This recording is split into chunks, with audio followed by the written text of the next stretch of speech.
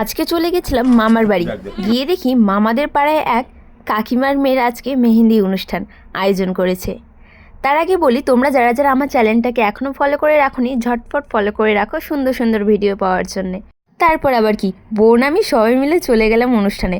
আমাদের রাজবংশীদের বিয়েতে মেহেন্দি তো পরানো হয়, তবে এরকম অনুষ্ঠান করে মেহেন্দি পরানো হয় না, তবে এখন অনেকেই করে।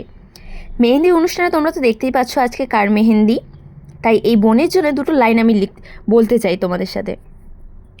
আজকে আছো তুমি বাপের বাড়ির রাজকন্যা হয়ে, তবে দুদিন পরে যাবে তুমি শ্বশুর বাড়ি।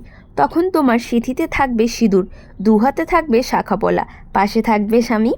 শ্বশুর শাশুড়িকে আগলে ধরে হয়েও তুমি বাড়ির লক্ষ্মী। তোমাদের কেমন লাগলো লাইনটা অবশ্যই কমেন্ট করে জানাবে। যাই হোক, আজকের ব্লগ এখানে এন্ড করছি। প্রত্যেকে ভালো থাকবেন, সুস্থ থাকবেন। আবার দেখা হবে কোনো এক নতুন ভিডিওতে।